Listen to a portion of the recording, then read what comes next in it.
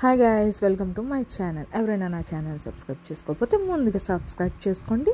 యాక్చువల్గా ఇది వచ్చేసరికండి bungee jump. ఇది నా డే 1 ట్రిప్లోనే మేము తీసుకున్న రూమ్ ఆపోజిట్లోనే ఈ బంగీ జంప్ ఉందండి. యాక్చువల్గా ఇది మా హస్బెండ్ ఆల్రెడీ చూసేసారని మేము వెళ్ళలేదు, ఎందుకు చూడలేదని. యాక్చువల్గా రూమ్ అవుట్ సైడే కదా వెళ్ళి చూద్దామని అలా వెళ్ళి చూశానండి. యాక్చువల్గా దీని స్టోరీ వచ్చేసరికండి మన మెగాస్టార్ చిరంజీవి గారు కూడా ఇక్కడే బంగీ జంప్ చేశారండి. మన ఆంధ్రాలో ఫస్ట్ బంగీ జంప్ చేసిన హీరో. అండ్ నెక్స్ట్ దీని హైట్ వచ్చేసరికంటే 37 మీటర్స్ అంటే 154 ఫీట్స్.